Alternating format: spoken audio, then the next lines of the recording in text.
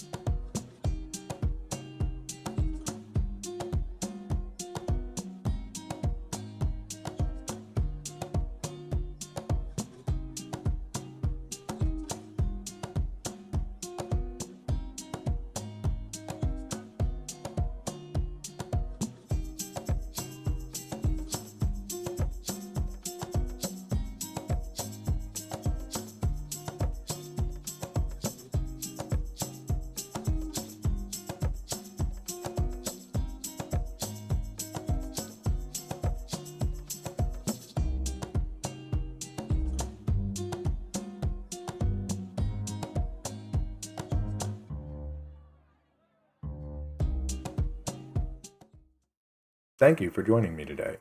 If you enjoyed the video, please remember to subscribe and click the notification bell. If you have an idea for another video, please let me know in the comments.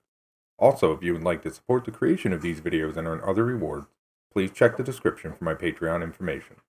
Always remember that anyone can be creative, just believe in yourself and work hard. Thank you, and have an amazing day.